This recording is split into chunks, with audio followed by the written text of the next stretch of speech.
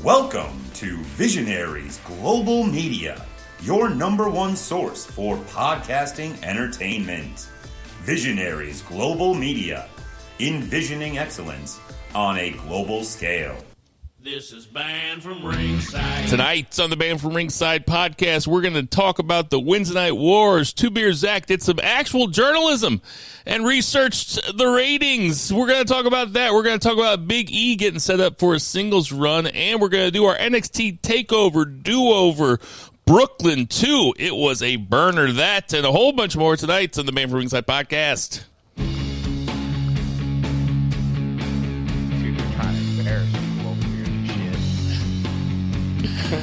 Ditch that 9 to 5. It's time to feel alive. Hello, Marks. Welcome to the Banned from Ringside podcast. As always, I am your host, Bill Vagey, a.k.a.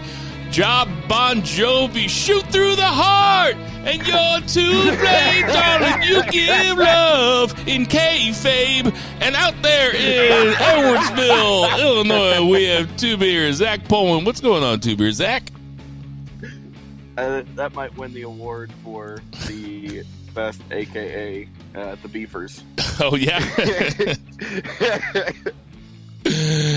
Yeah, but just over here sitting on my porch slamming, I got a 30 rack of Miller High Lights Miller Lights Instacarted to me, so that's just what I'm doing. I was going to say there's a big difference between Miller High Life and Miller Light, but Miller Light you can probably do more of.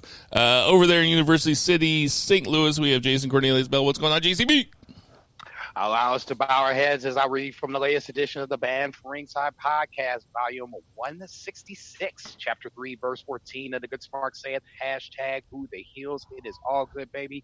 Listen, share, subscribe, repeat. Shout out to my girl, Becky Balboa. I love you, babe. Thanks for a great weekend. Ferris wheel wasn't as bad as I thought it was going to be. Just a kind of a dead week this week, wrestling-wise, at least for me.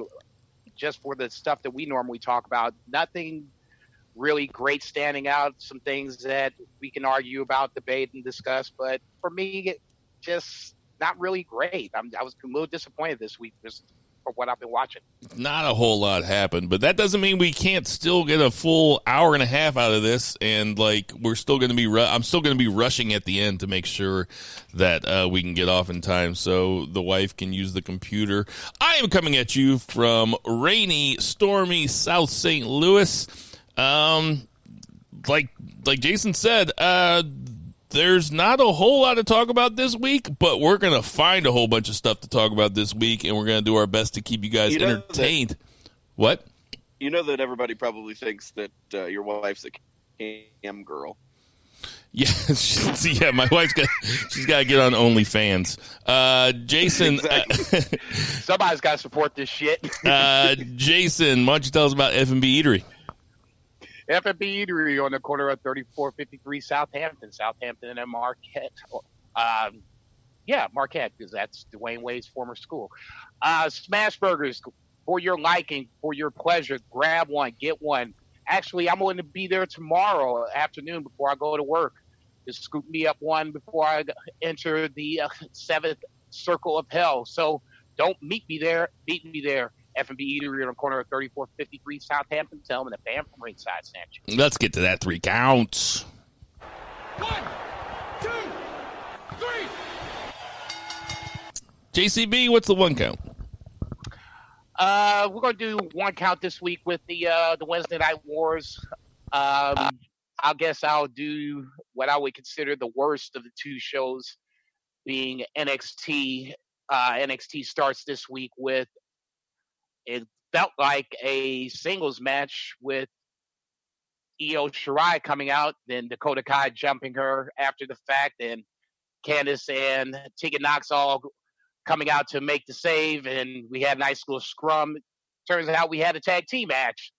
Didn't see that coming by the way it started, but I guess that's the way that WWE in general is rolling nowadays. Io ends up pinning Candice LeRae, which was kind of a surprise to me, just in the sense that Candice LeRae just wouldn't say recently turned heel, but heel turn nonetheless. I would kind of suspect that they would at least try to keep her strong, but with Dakota Kai in this match, They have obviously now set this up to where Dakota Kai possibly could be the next challenger until one Rhea Ripley comes up, but we can talk about that in a little bit. From there, we see Adam Cole come back with Undisputed Era. Kyle O'Reilly returns to the troops, trying to fire them up, trying to restore the luster of the Undisputed Era. I've said it multiple times. I'm a firm believer that they're on the way up, and this is one of the last few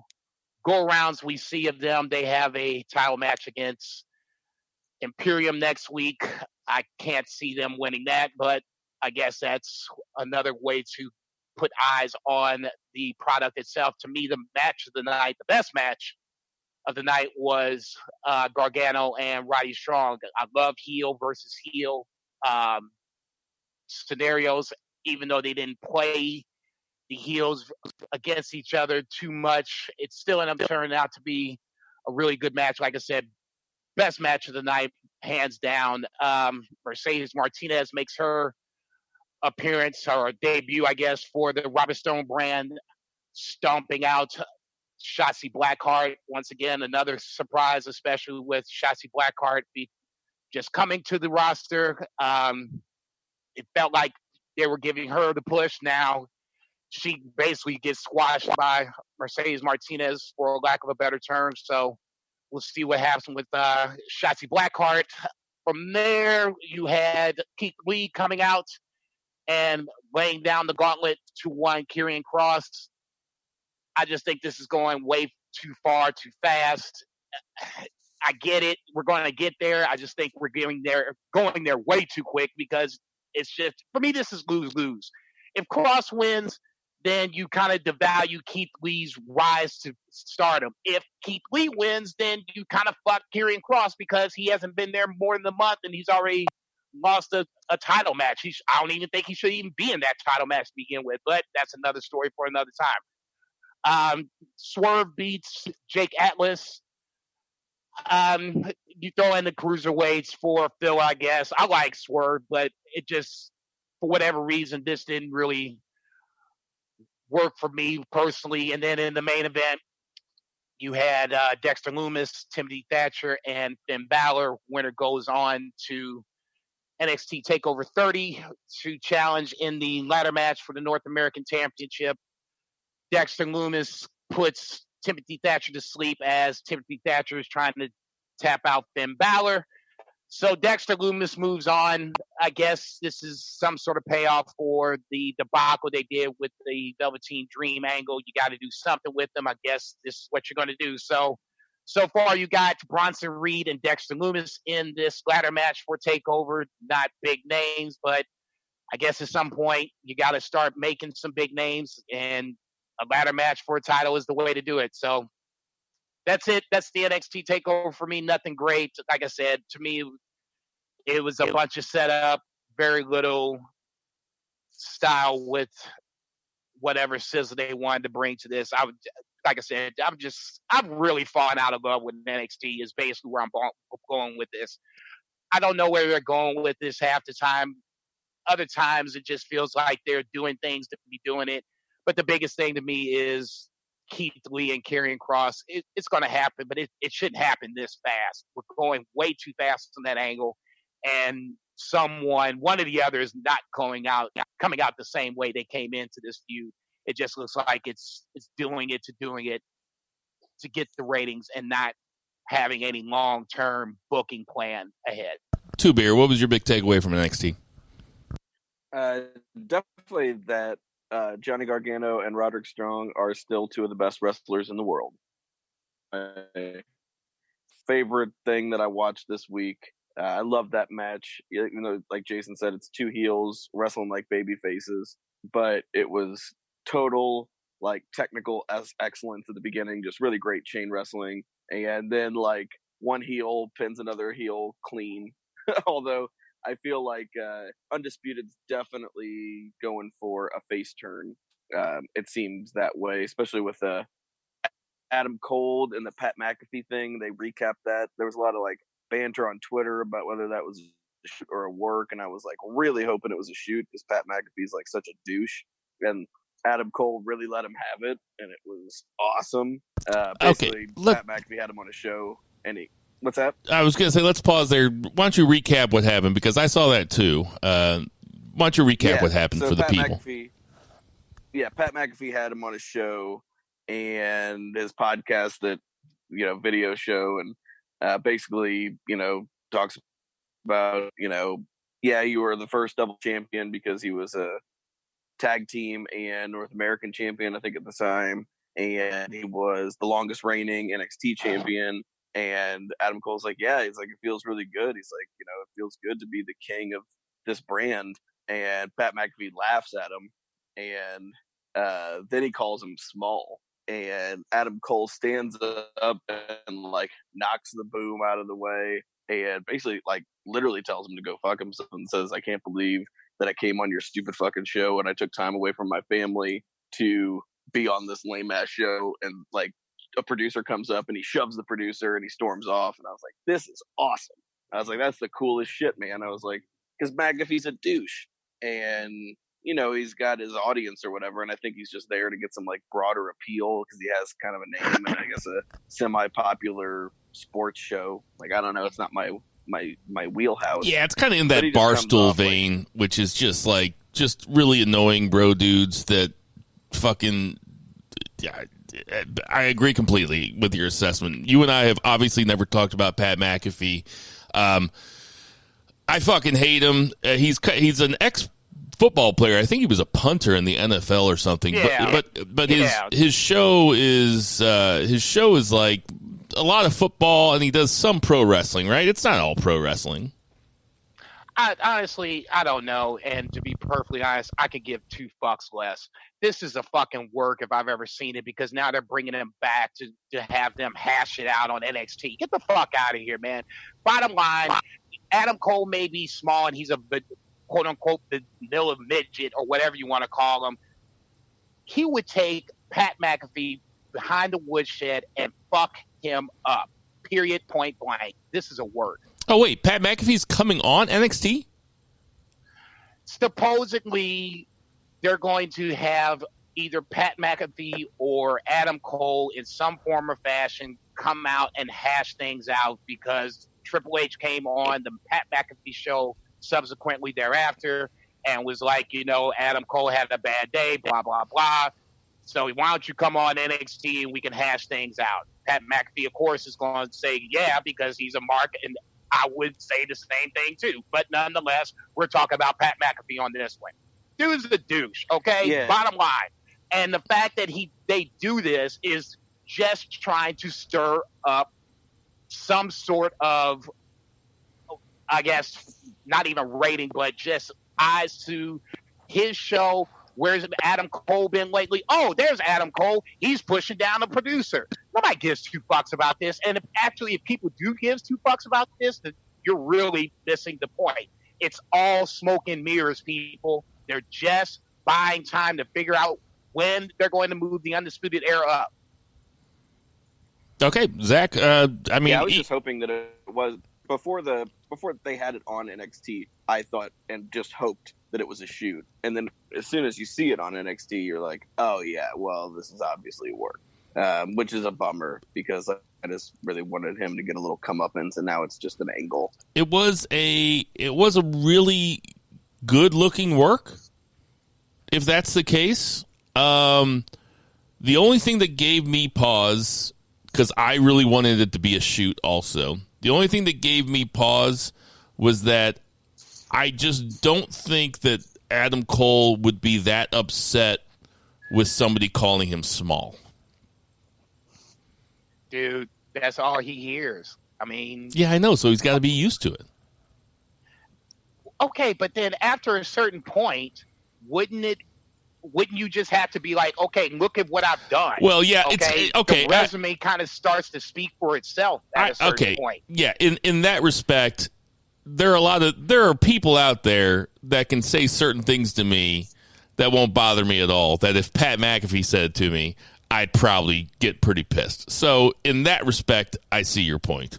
Because again, fuck Pat McAfee.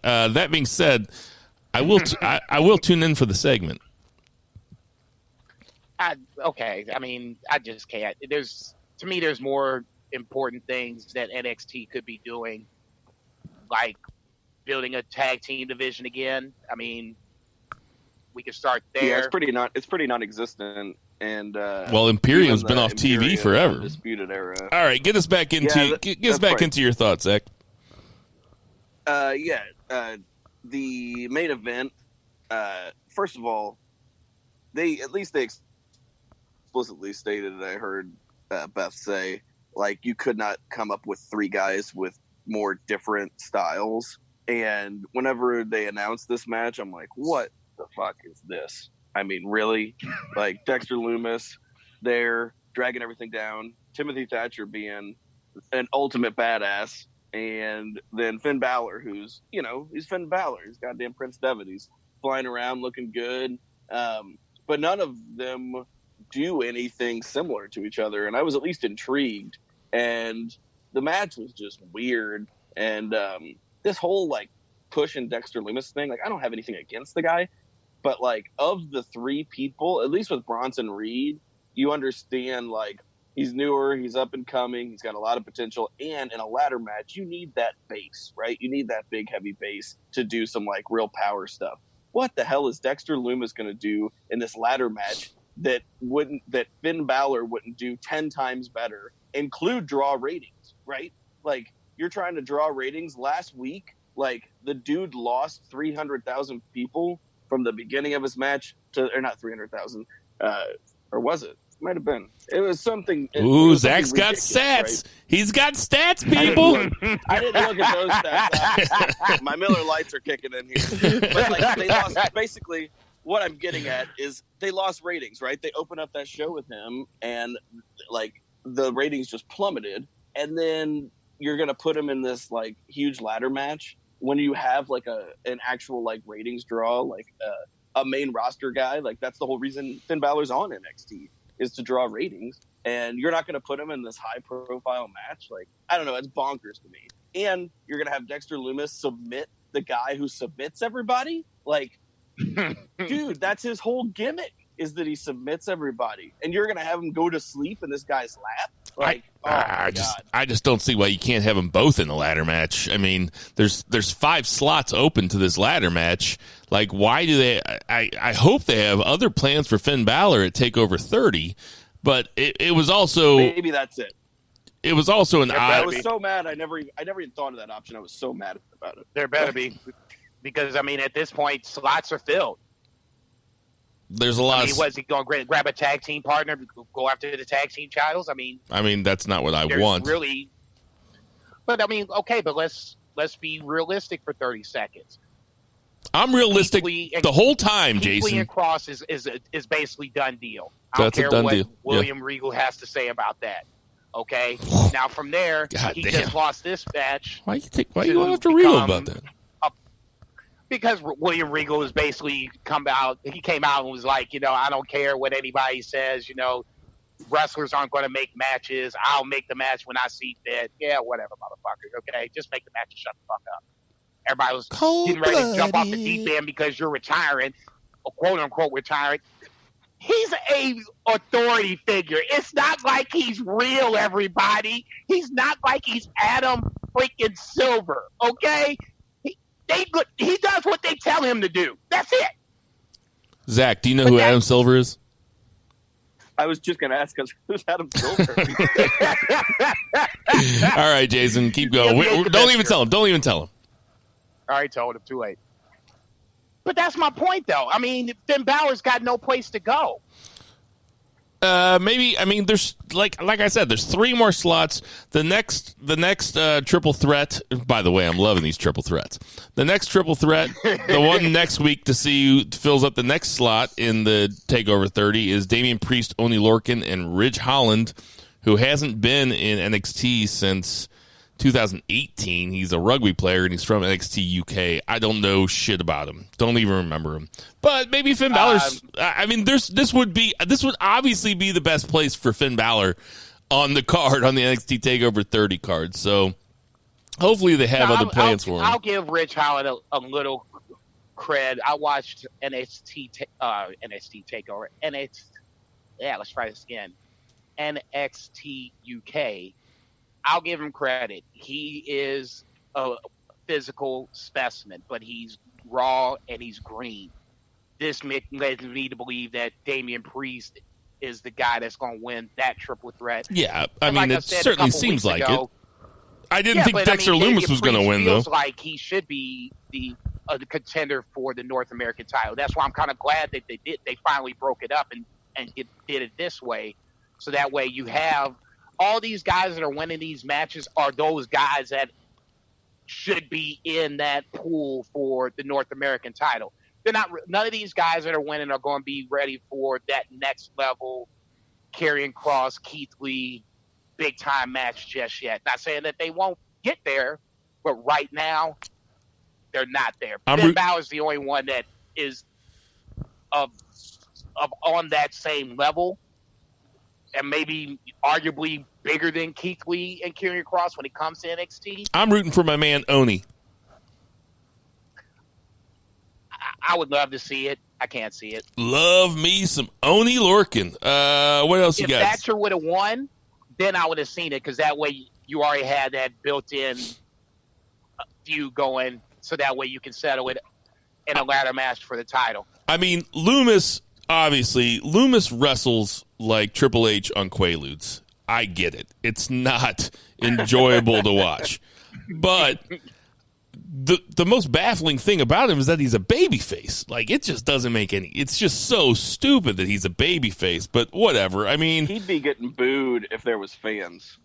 Oh, yes. Well, I don't know. The NXT crowd, the Full Sail crowd's a little different, but, I mean, I think that it would be... You know what? I don't know. Maybe you're exactly right.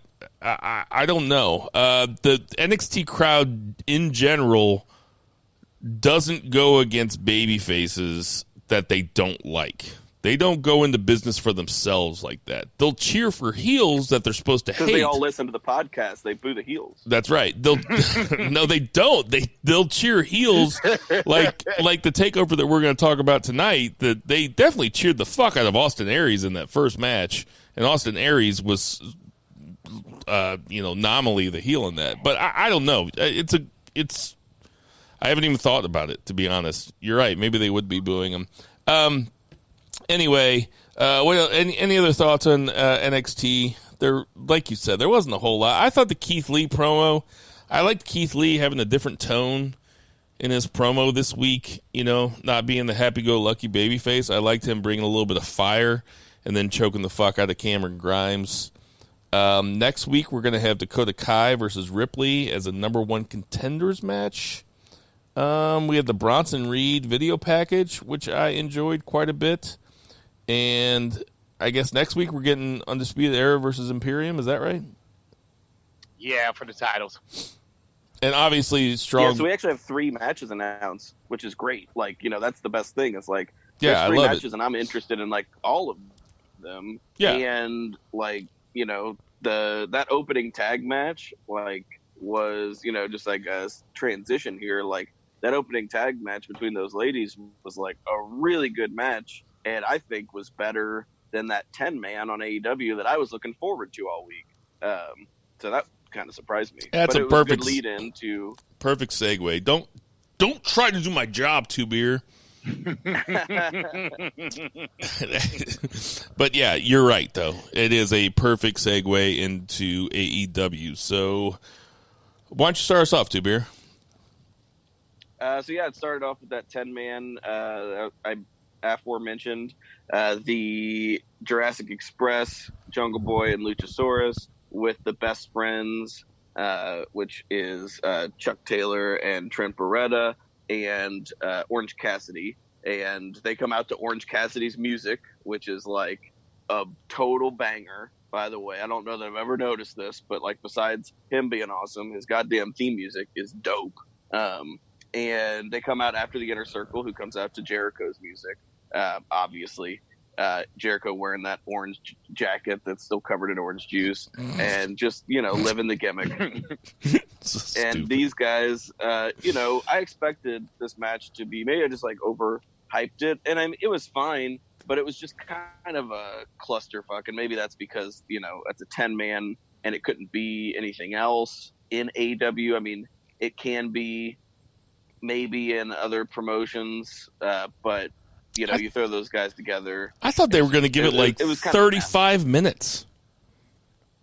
They didn't. They only gave it like 14 or something. I thought they were going to give it forever, and I was settling in for the first half hour of AEW or longer to be this 10-man match, and it wasn't. Hell, I thought it was going to be the main event.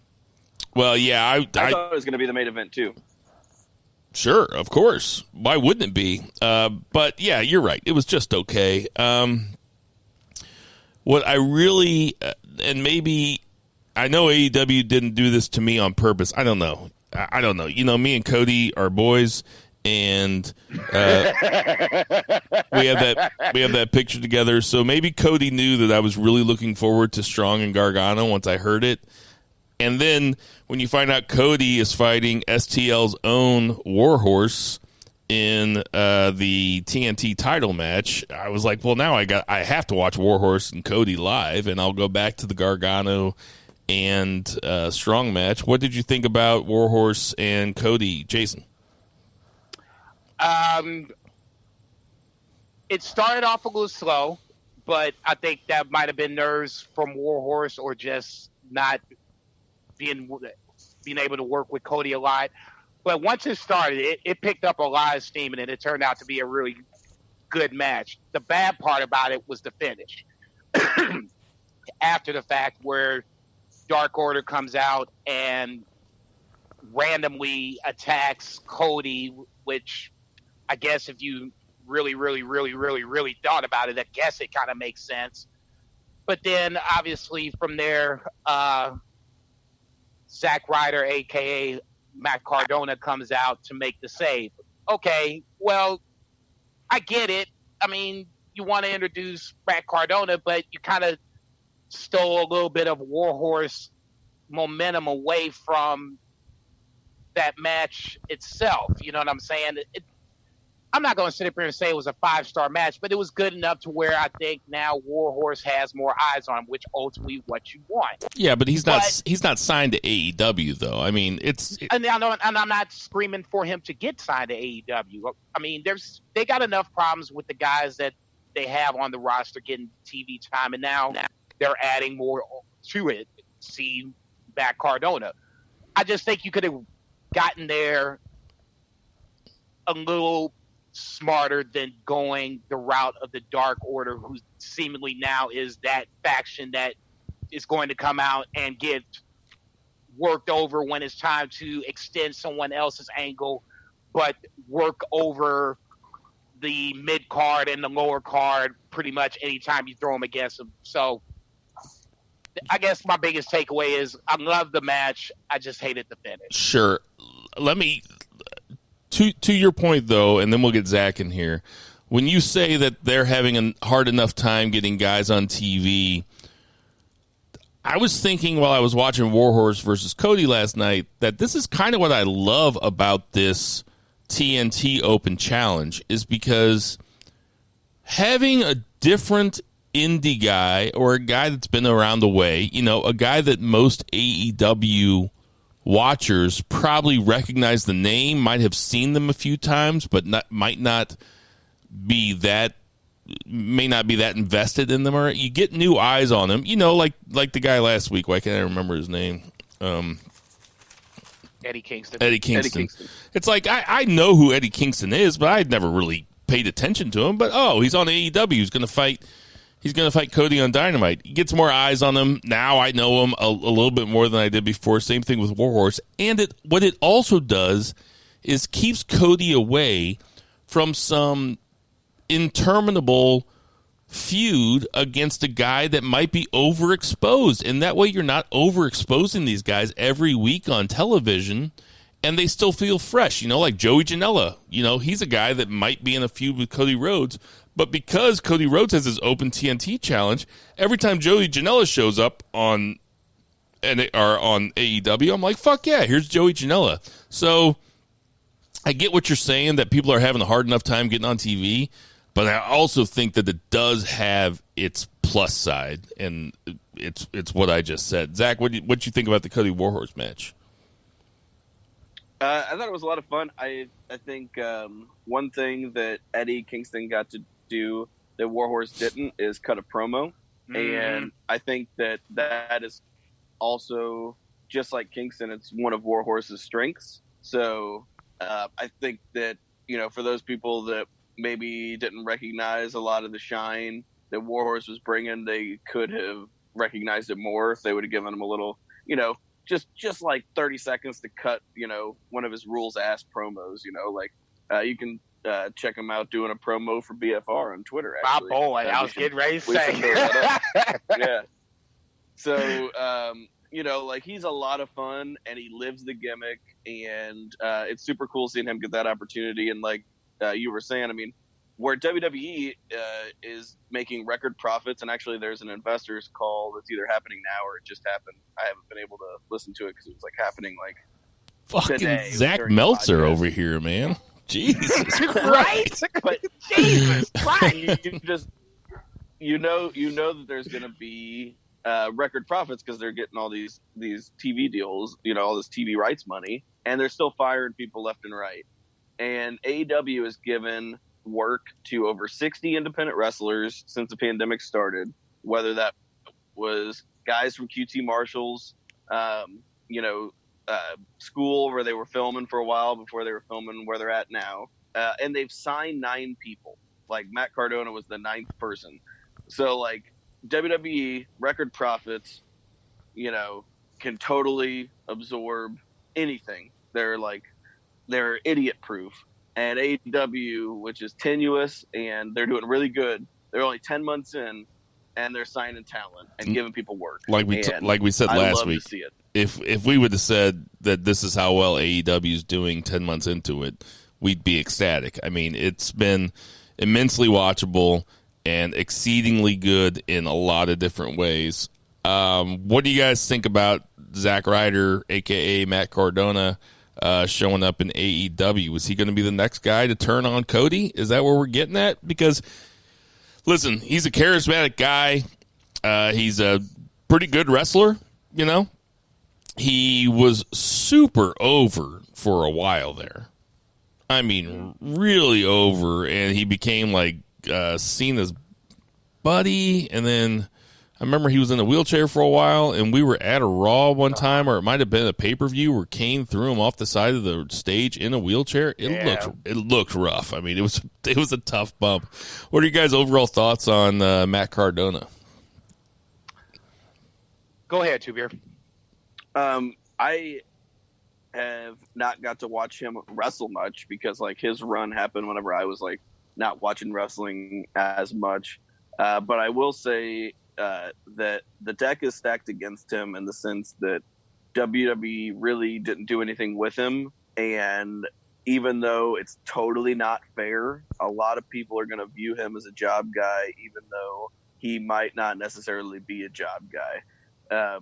So he's just going to have to work hard. He's not Dean Ambrose. He's not, even somebody like Rusev, right? Who didn't have an amazing run, but really got over and, held some titles. And maybe that's just me only seeing more of Rusev's career than Zack Ryder's, but the dude looked really good, physically.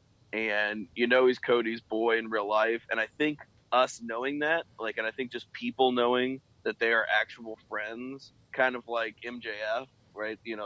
Bill, mentioned it.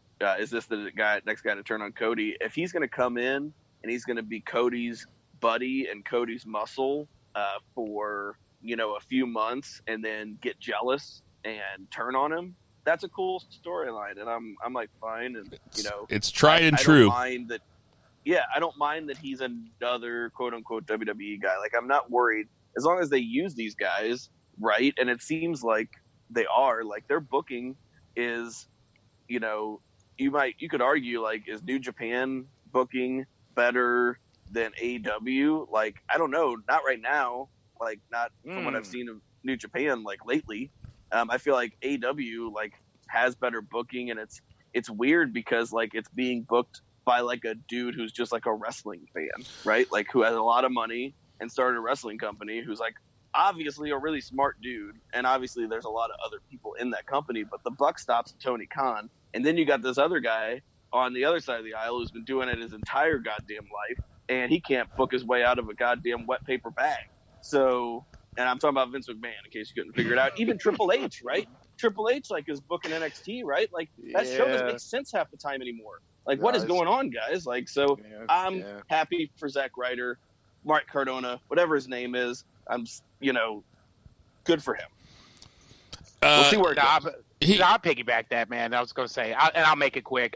My biggest fear is that he is Cody's friend, and any success that he could possibly have would be attributed to that. Now, flipping him heel, like you said, Bill, tried and true, but we just saw it with MJF. So if they're going to do it, he needs to be with Cody through thick and thin, have him, if Cody can win the title at some later point, have him go through that and then stab them in the back at a later point. Cody can't win the title. Come on, Bill. This is professional wrestling. I get it. Kayfabe style. Cody can't win the title, but this is still professional wrestling. Cody can win the title whenever they decide that he wants to win the title, okay? No. So if that does happen and Matt Cardona goes through that whole ride, that's when I'm like, okay, this feels like a good time to stick him in the back, because now Cody's at the top of the game, highest of highs, at a place we never thought we would be, and my buddy is right beside me. He's been there pretty much the whole way. Now you stab him in the back. Outside of that, I think the wrestling, I think, will be there. It's just, where does he fit into this big AEW world? Yeah, I want to speak to Zach's point where he said that most of the audience knows who Zack Ryder is, and most of the audience sees him as a job guy, and they might not be able to get past it. Where I think it might be advantageous to certain old WWE, and it doesn't bother me that he's old WWE. It might bother some people that are purists about shit like that, but I'm not. It's professional wrestling. I'm not a purist about anything except for kicking out of all sorts of finishers when it's not a big deal. That's the only thing I'm a purist about, I think.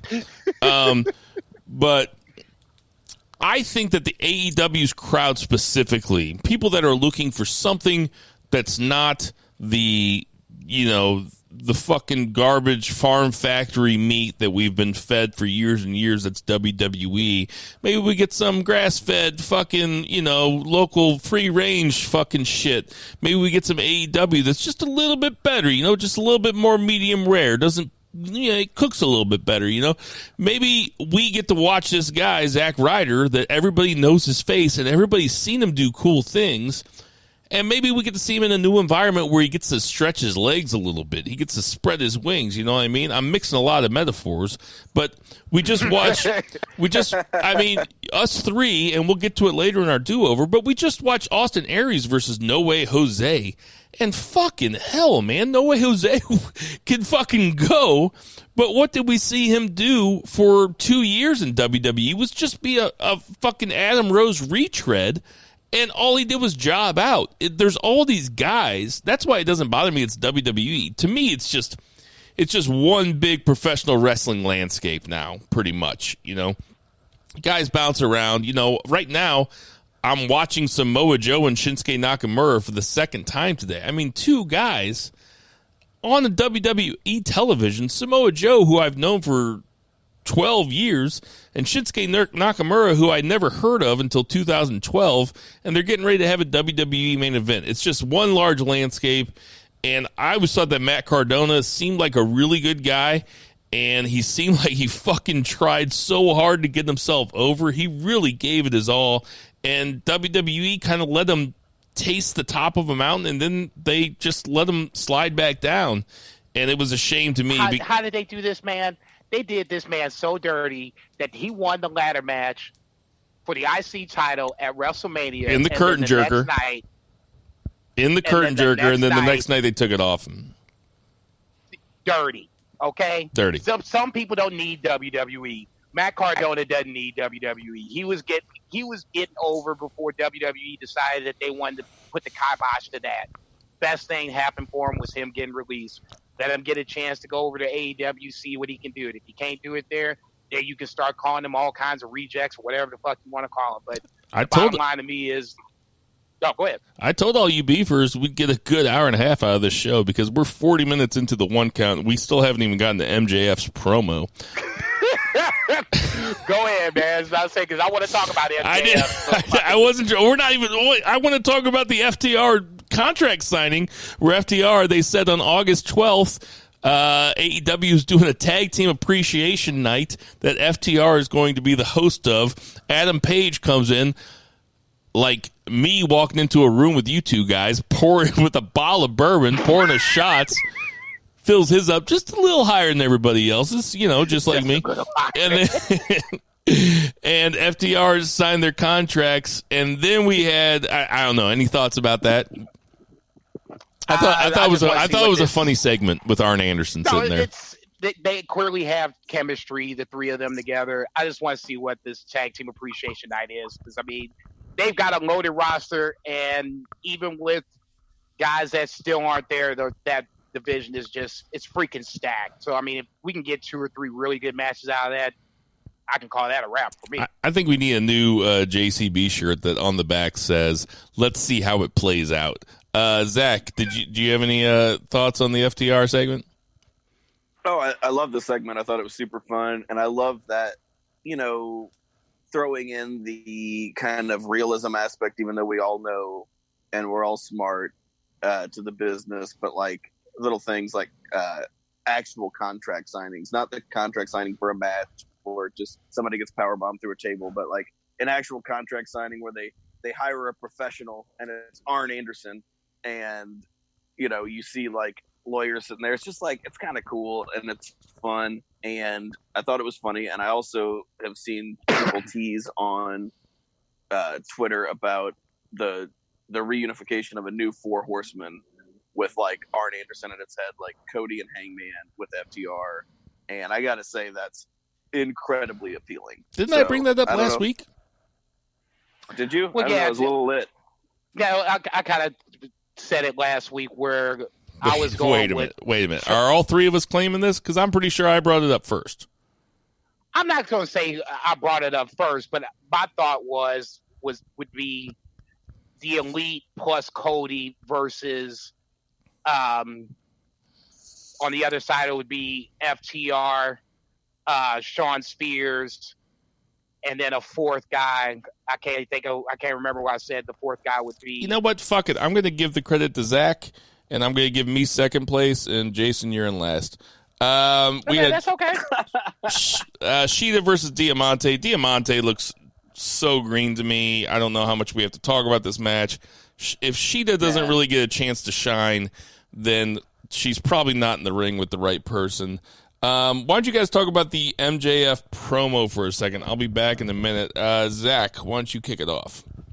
I'm going to say something that's going to make some people incredibly mad because of the current state of this gentleman. He's not even really a gentleman, this guy, and people's opinion of him. But this MJF promo was the best thing on Wednesday night. It was better than that goddamn amazing Gargano Strong match. And the reason it was so great is because obviously MJF watched a ton of Jim Cornette promos. Like, this was MJF being Jim Cornette when Jim Cornette was actually Jim Cornette and not like a parody of an old man yelling in a crowd and occasionally having a racist joke. Like, this was like so goddamn good. It was fast. It was nonstop.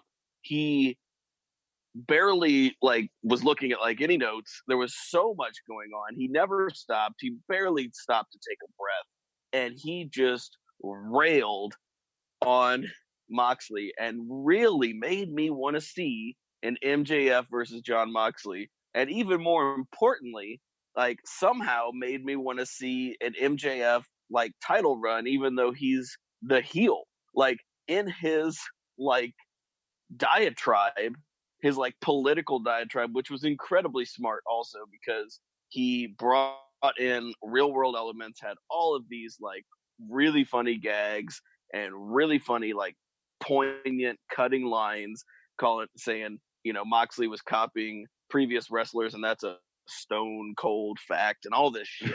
Like he convinced me, right? He convinced me that we deserve better. And even though Moxley has had a great championship run, we deserve better. And god damn it, if MJF is not going to give it to me, and he's not going to give it to me for 25 goddamn years. And he did that, and that is 100% a Jim Cornette promo, and I loved it. No, I thought this was easily the highlight of the night. Even with the first match, I just kind of had a problem with the faces, you know, kind of cheating to get the win, even though they didn't really cheat.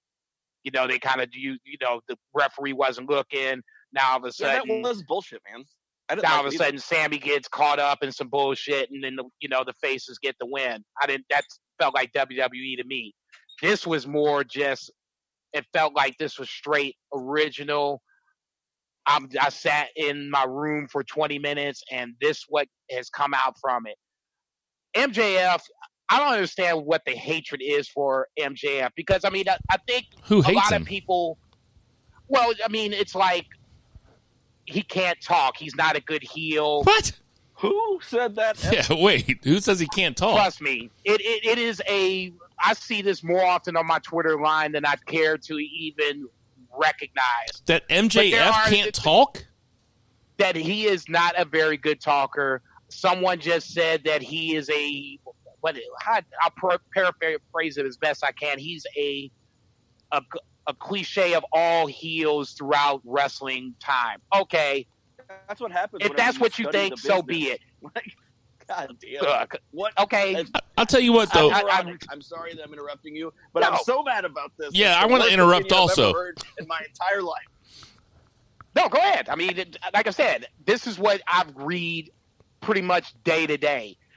This promo, if this doesn't convince you that he can really be a top heel, I don't know what the fuck else is going to convince you. Okay? He's not the biggest. We saw him on TakeOver getting roughed up by Samoa Joe on the way to the ring, which absolutely makes me giggle. I watched that 3 times. He's not the most technical. He has his moments like Jungle Boy. Fans want to be entertained.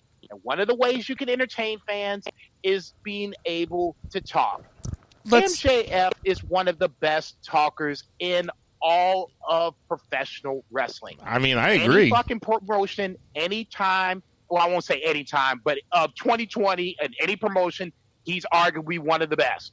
Hold on. Now, we can't get past that, then that to me is the problem right there. Either you hate AEW so much that you just hate on any and everything AEW, or you hate MJF so much, which he is a pretty hateable dude. We came across that motherfucker. Yeah, he thought I was going to spill wing sauce on him. Get the fuck out of here. He should have dumped his shit on that motherfucker. Hey, Zach was getting angry there, and hopefully he hasn't calmed down. Zach, go ahead. Dude, I'm sorry. Like, the world is full of, like, really fucking stupid opinions right now.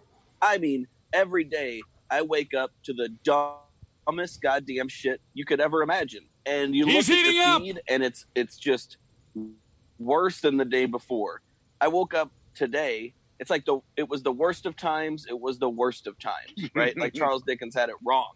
Like, I wake up today and the economy's down even more than Raw. He's heating up. The president's saying that we shouldn't hold an election.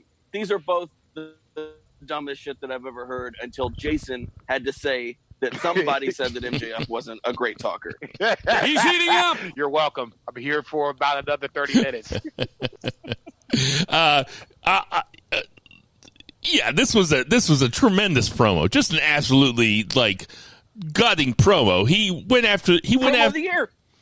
I mean, he went after the quote unquote bench warmers on the side of the ring. He went after AEW themselves. He went after WWE. He went after Moxley and called him a stone cold retread.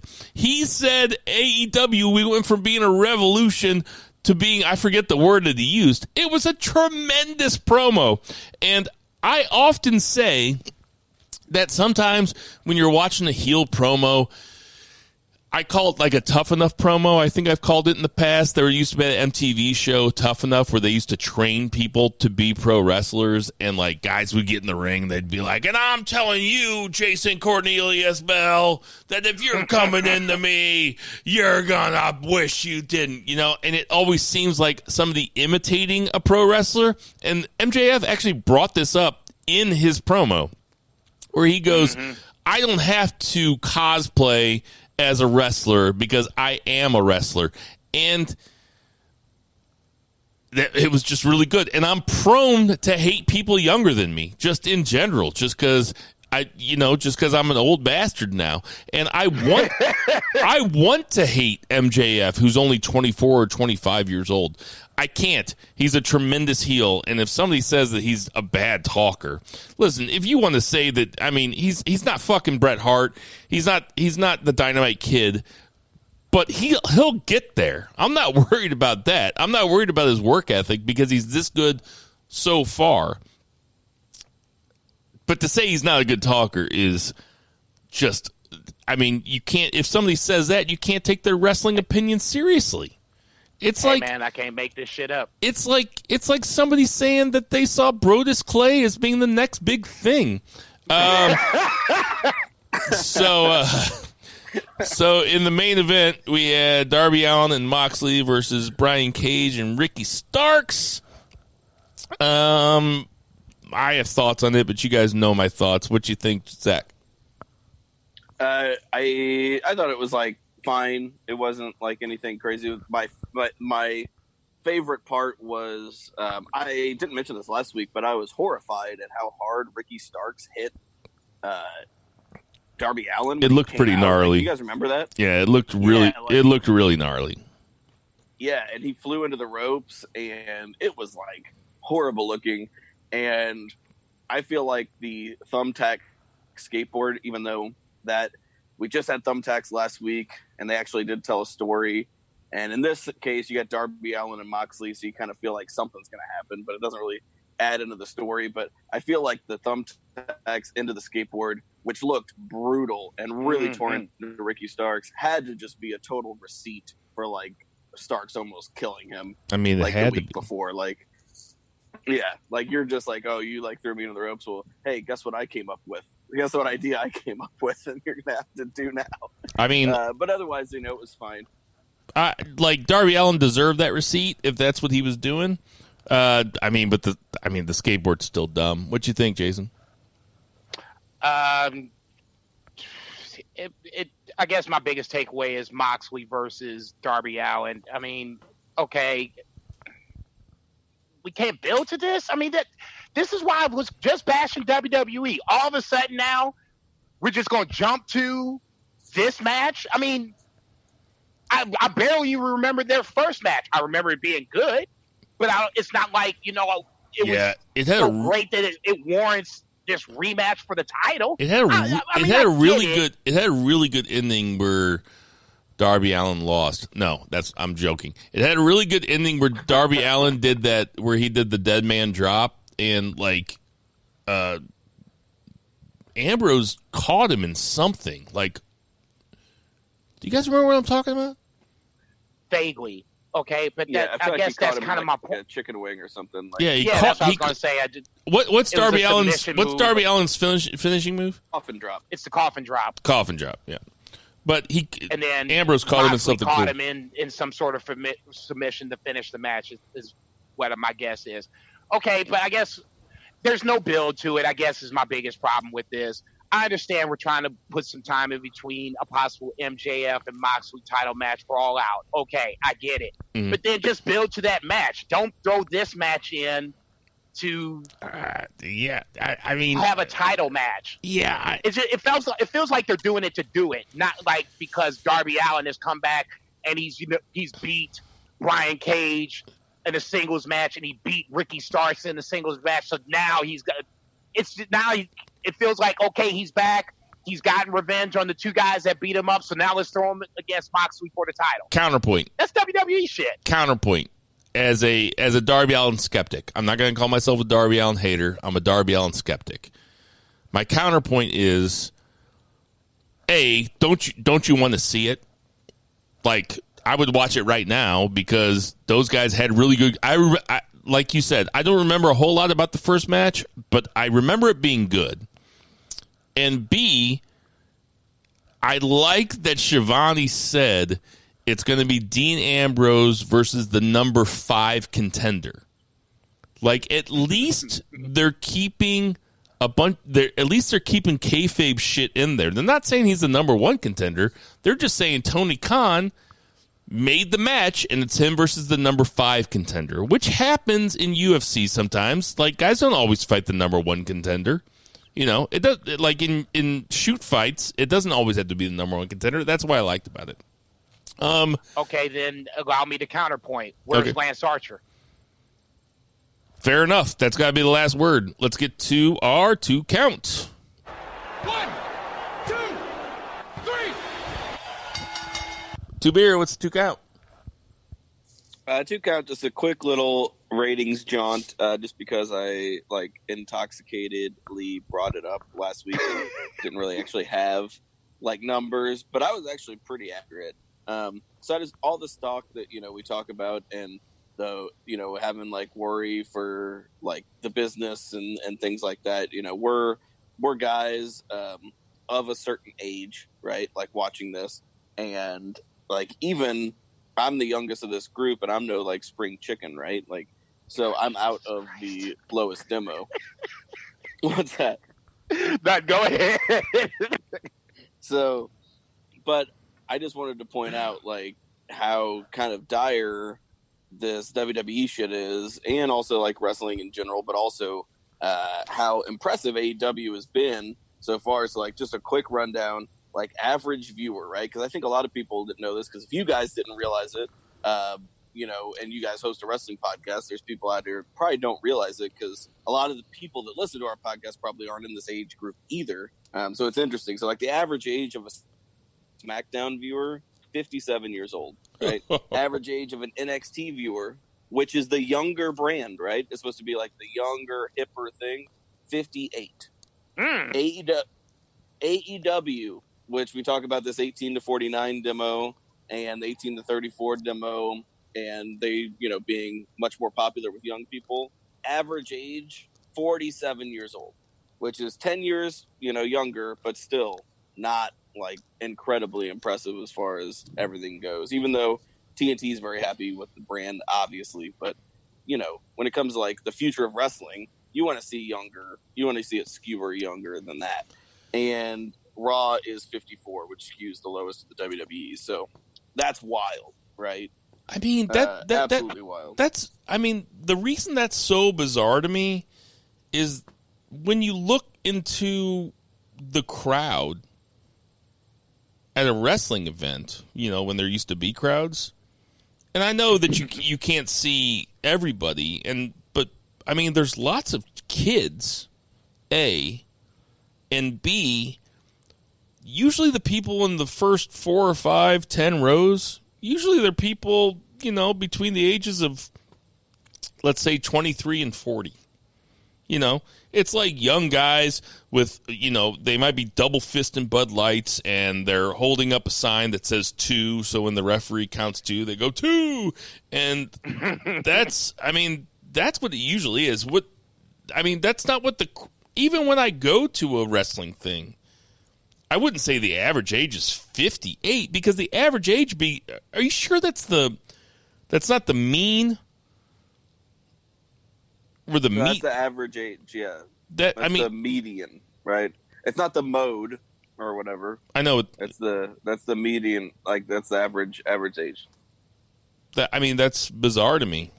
In fact, I know it's incredibly surprising. Okay, can you source it, please? You talk about live. You get the These are from Fox News. Oh, it's from Fox News, huh? You're pulling your wrestling stats from Fox News. Yeah, not believing it, dude. And MSDNC. That's pretty funny. The only reason I bring this up is because, that's a shocking stat. And, you can use these statistics, like everybody uses statistics to talk about one side that you like being better than another side. But for me, it's just worrisome. But the cool thing is with AEW, AEW with competition, because it's up head to head with another show that's a similar show. With competition, if it did not have that competition, it would be beating Raw and SmackDown. And SmackDown is on regular TV. It would be beating those in the 18 to 34 demo, which is insane. I think Go ahead. I was going to say, I think that probably speaks more to younger people's viewing habits. Because is that looking on YouTube channels? Is that looking on WWE, the network? Or is that just people that are watching this shit on terrestrial television, like cable? Because these are cable ratings, not YouTube ratings, because YouTube ratings are different. But they also have these are live ratings, and occasionally they'll do the what they call the plus sevens, which is the DVRs. Right. And AW's plus sevens numbers are head and shoulders above NXT's. If you look at the plus sevens, I didn't write those down, but AW does way better in the plus sevens because there's a lot of people that DVR AW that don't DVR NXT. But yeah, these are the live ones, and the only reason that matters is because this is what people pay money for, right? This is what television channels pay money for. So I mean, whether you're trying to quote unquote win with total numbers of viewers or whatever, and that's why Jericho calls himself the demo god, and this is being inserted into storyline. MJF and his awesome promo brought up outdrawing John Moxley in these segments. The reason this matters is because this is where the money is. And I mean, you can talk about whether that's right or not. Right. I mean, we could talk about the inherent fallacies of capitalism all day. I mean, I could start a whole podcast about it, but that's the reality. And that's what that's what people are going to continue to work towards. And that's what bookers are going to continue to try to do. Vince is not trying to fail, even though it seems like he is. Because he's doing such a good job at it. But, I mean, Jesus Christ, Raw is down 30% since last year. We've been doing this podcast for 3 years ago. I swear it's been a couple of years since we've been talking about how bad Raw has gotten, and it's down 30%. Dude, we were talking about how bad Raw has gotten since way before the podcast. Way before the podcast.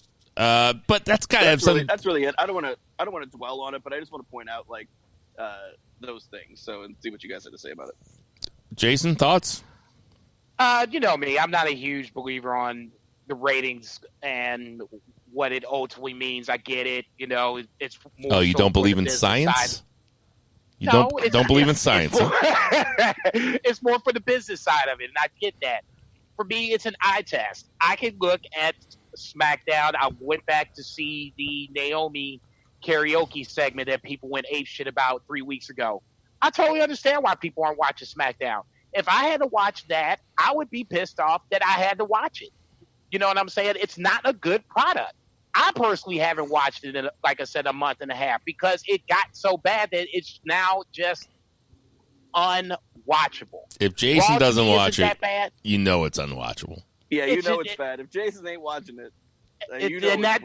And that says a lot because even I went through the bad 205 live days when, Enzo was gearing up to be the champ. Watched every fucking minute of it, didn't you? Okay, so if I'm saying that I can't watch it anymore, then you have gone to a point where now I can do other things like run away from the Klan or something like that for the next couple hours versus watching SmackDown. Okay, that's how bad it is, and I don't need any numbers to tell me that it's that bad, okay? Look at the product, judge it for yourself. At that point, watch it if you want to watch it. Me personally, no way. I can't even do it. Big E kind of interests me in the fact that he's going to get his singles run. So I might just catch the highlight of that.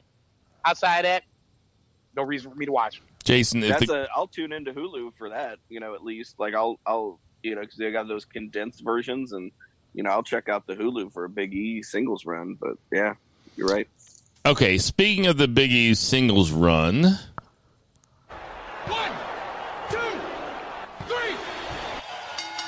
I just want to talk about this real fast. We got about 20 minutes left. Jason, if the Klan's ever chasing after you, come to my house. I will tell them that you're my butler. Now, Big E. Oh my God. No, just to prove to everybody I'm not a racist.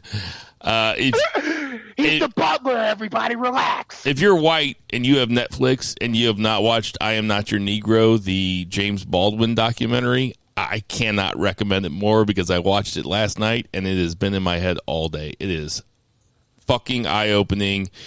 And the only reason I say if you're white is because black people probably all know all the shit that they tell you in that James Baldwin tells you, but I recommend you watch it. Big E Langston, Kofi Kingston got hurt a couple weeks ago, and there was a backstage segment in SmackDown this week where Kofi came out to Big E and said, "Yo, man, I'm out for 6 weeks," and Big E said, I'll wait for you to get back, and then we'll go back at those tag team titles. And Kofi said to Big E, nope, now's your time. Now's the time for you to get it. Now's the time for you to go on your run. I liked it because it wasn't a fatal four-way to see who's number one contender, and then Big E won out of nowhere. I liked it because it wasn't they didn't just have Big E start winning. They actually put a little bit of focus on Big E, and Kofi kind of giving him his blessing. New Day is never going to break up. New Day makes too much money. And the truth is that there hasn't really been a story like that in a long time where a tag team hasn't broken up because they supported each other, Yeah, I think it's in their contract, actually. They sign their contracts jointly. Like, they're unique in that sense. And I don't think they can be split up. I think that's really good. Speaking in the vein that I was just talking about,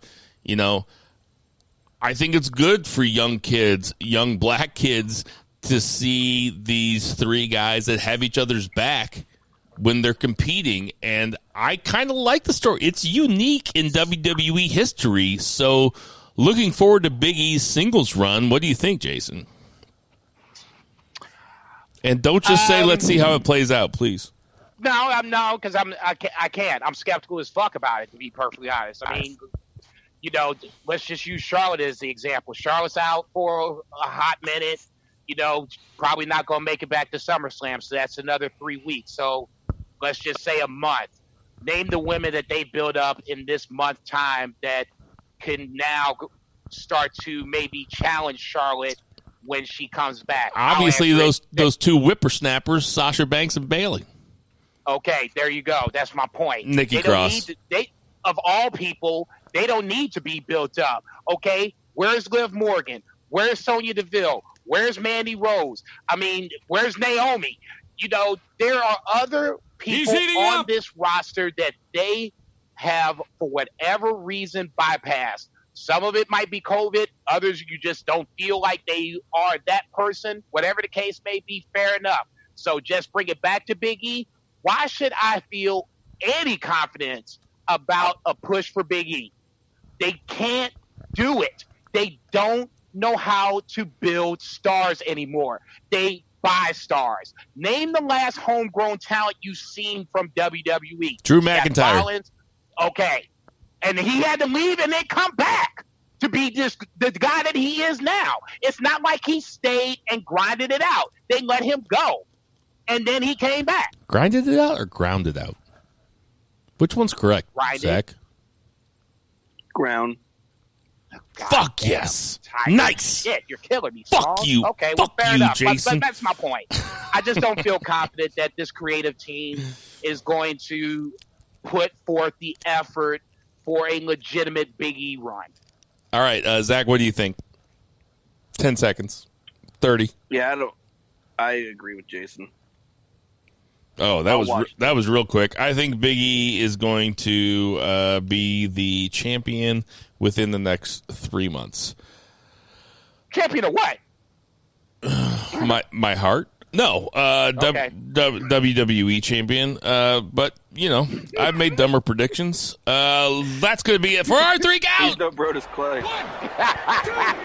He better not be Brodus Clay. Shit, he better win the title. Fuck. Man, I would love to see Big E take the title from Braun Strowman, put him in a big ending.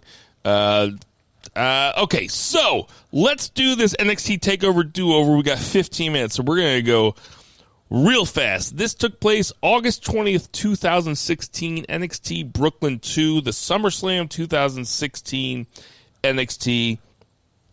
Guys, real quick, yes or no answer. Was this the best NXT that we've seen thus far? No. I say no also. Yes.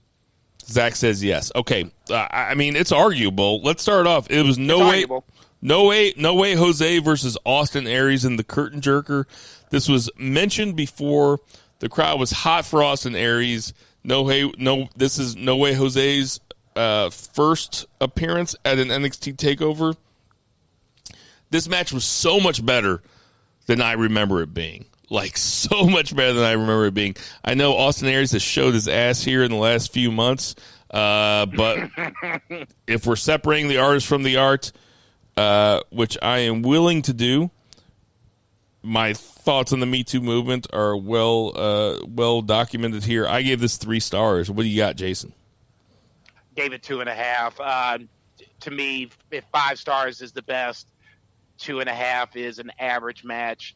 The crowd was hot, but I mean, the match itself didn't really have much investment, at least for me personally. I mean, it was good, but to me, it was just average at best, 2.5. Zach.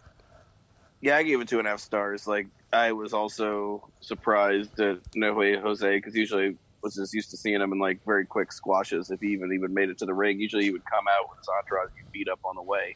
But yeah, 2.5 stars. It was fine. All right. Next up, we have another underutilized performer who has been hurt lately, I believe. But we have Ember Moon versus Billie Kay, pre-Iconics.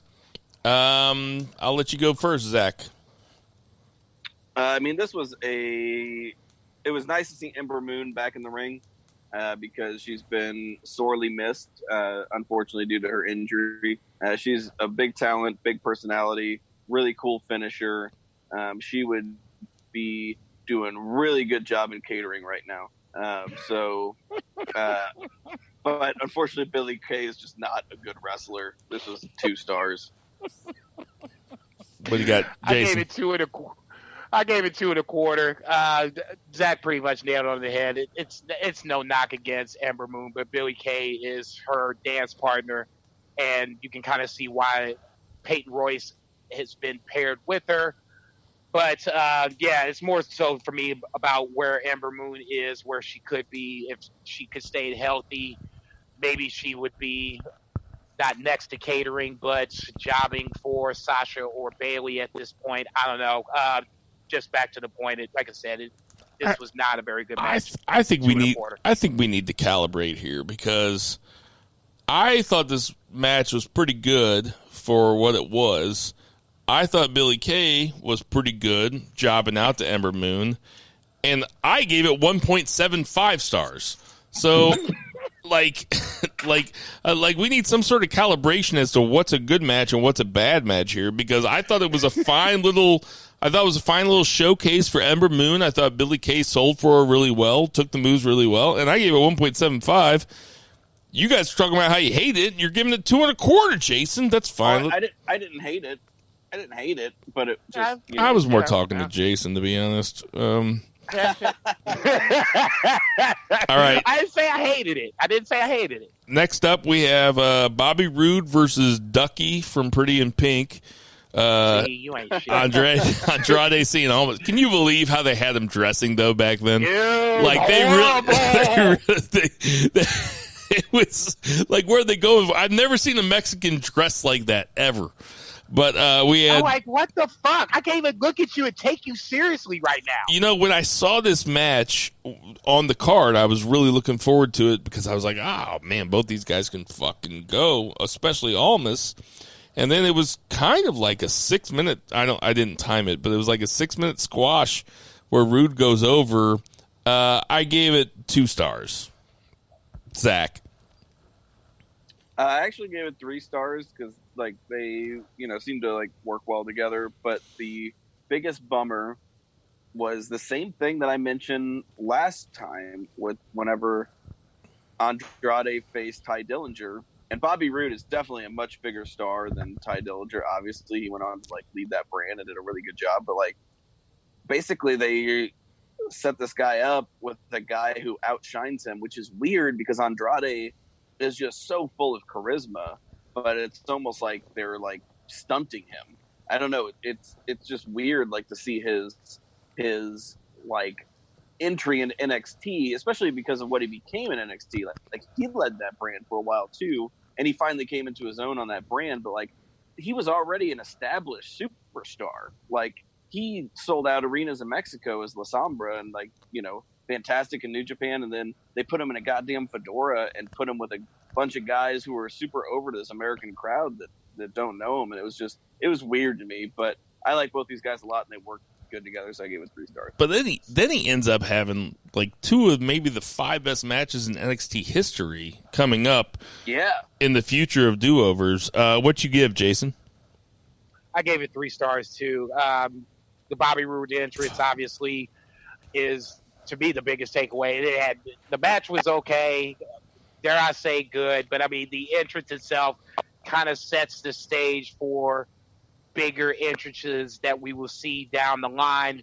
To me, that is a part of the match. It might not be physical in the ring, but it kind of builds the stage to what the match ultimately would be.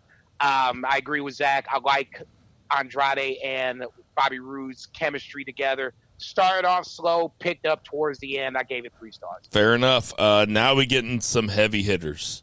We had Revival versus DIY. I'll go first. This match was on fire. The crowd was on fire. As much as I am a Ciampa and Gargano mark, I don't think this match was as good as the American Alpha Revival match from the last one. I gave it 4 stars. Jason? I gave it 4.25 stars. Tied for the match of the night as far as I was concerned. To me, the story is having Gargano tap while Dash Wilder is basically in his face yelling at him for the tap out. Ciampa's nowhere to be found, and this sets up the bigger story a couple of takeovers from now where you have the incident of incidents when it comes to TakeOver, but that's another story for another time. I just thought maybe the best really turn of all time. Arguably, if Hulk Hogan's never existed, this could be easily argued as the best of all time. But like I said, you can even see for another time. You can even see Ciampa like eyeing him on the way up the ramp. What'd you give it, Zach? Loved it. I loved how just absolutely old school it was with like new generation wrestling. I mean, like the Revival just cutting off and getting the heat for so long on Gargano, and then before they cut off the hot tag, and then they distract the referee. The referee doesn't see the tag. Dash Wilder falls into the ring. Yeah, he just falls into the ring, and it's so ridiculous, and it's so old school, and that's what I loved about it. I mean, I gave this 4 3/4 stars. Like, I loved this match. I thought it was goddamn near a quintessential textbook, just tag team pro wrestling match. Is that when you sent that? Is that when you sent that text to us and said, "Spoiler alert, the shit rules." Next up, we have Bayley Asuka 2. Zach gets to go first this time. What you give it?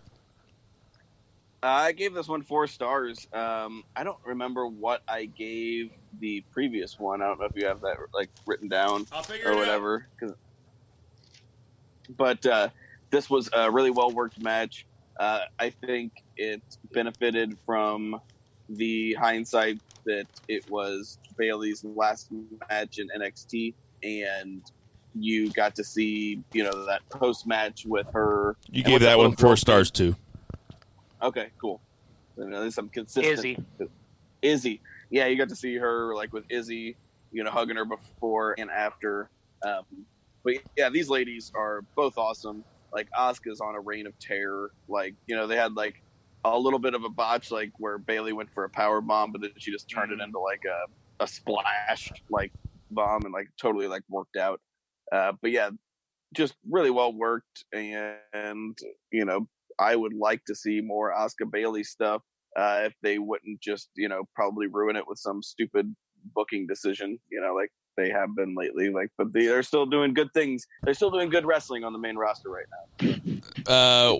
What do you got, Jason? I gave this 4 stars. I gave the first 3 and 3 3/4 stars.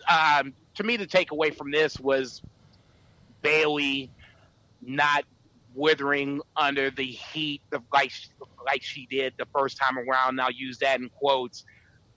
Kicks she shrugged off. She broke out of the Asuka locks and a couple other submissions. So Bayley much more resilient the second time around. But 2 beers in, this is an Asuka reign of terror, and Bayley was just a footnote in it. But this was, at least for me, the best Asuka title defense to this point.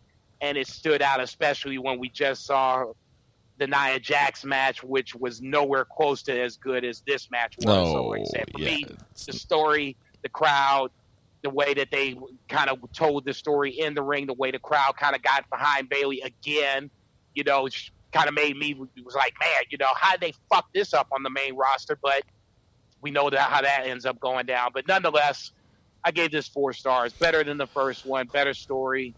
Better emotion, right finish. Boys, we are in Sapatico. I also gave it 4 stars. It was, you guys said Asuka's on a reign of terror, and yes, she is kayfabe style, but Bayley was also really good in 2015, 16, 17. Unbelievable. This was a really great match that told a great story, and you guys know what a sucker I am for that. Last, certainly not least, we have, what could be considered a dream match. We have Shinsuke Nakamura versus Samoa Joe. Jason, what you give it? Just watching this match just made me really pissed off at Vince, because this is, the whole card is basically a kind of a mini failure upon Vince's part. Yes. Yeah, on Vince's part, with multiple wrestlers, and this being the cherry on top of the cake, with Nakamura best known for low blows against AJ versus Samoa Joe, current tag team champion. Yeah, but hold on, I'll say it in my Vince voice. Current tag team champion. Sorry, Vince. I remember him kicking AJ low. Anyway, Joe being fed to Brock during his reign of terror. I gave this 4 1/4 stars. The build was good.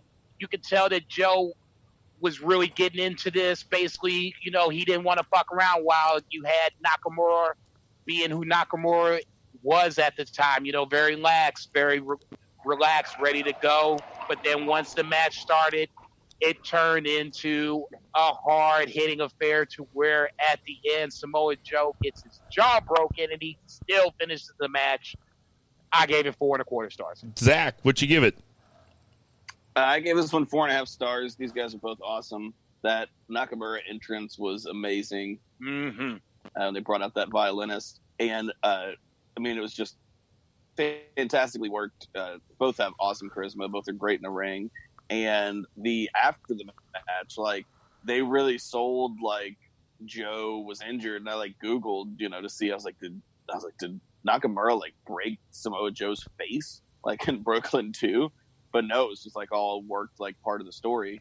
They threw up the X. They threw up the kayfabe X, which I don't like. Yeah, it seems like cheating. If you do it too much, obviously. Yeah, if you do it too much, it's not cool. But, like, sparingly, it definitely enhances, some drama, and it definitely did that. Like, kind of made it to where you feel like, Joe is just like this tough motherfucker, and it took a lot to get him down. And yeah, they had a great match. Yeah, I'm with Jason. I gave it 4.25. I love the match, and you're talking about two guys at the top of their game with opponents that I don't think that they'd ever fought before, and they put on a hell of a match. I mean, a lot of the points that I gave it was a well worked match, obviously. But both those guys are so unique in what they bring to the wrestling ring. I loved that match. I gave it 4.25.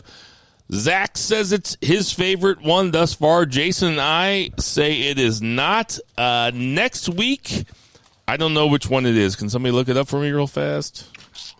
Yeah, it's NXT Toronto? TakeOver Toronto. Yeah, we're doing NXT TakeOver Toronto next week, Beefers. So if you're going to be listening next week, why don't you try to watch that one before, and you can play along with your star ratings. That being said, that was our NXT TakeOver DoOver. This is banned from Ringside. Hey, we got some birthdays this week. Not too big of a birthday week, but we got Marco Stunt is 24. Mike Chioda is only 54. Holy shit. That means, wait, he was the ref during the Mankind Undertaker Hell in a Cell match, which was 23 years ago. So that means he was 31. Devon Dudley is 48. Yoshi Tatsu, I loved him, was 43. Indeed. I know that was Funaki. Don't call me a racist. Davey Boy Smith Jr. is 35. Austin Theory is 23. Damian Sandow, where art thou, is 38. NWA. Malenko is 60. Frankie Kazarian is 43. Dino Bravo is 71. And Tony Nese is 35. Hey, everybody. We know there's tons of podcasts to listen to. We appreciate you guys taking the time out to listen to ours. For F&B Eatery. Check. For Bo Vice Geisman. Good one, Vice. Check. For Two Beers, Zach Pullman. TBZ. Check. For Jason Cornelius Bell, I am Bill Vagey. And bitches. Everybody boo the heels. Boo. And Murray Man, sorry.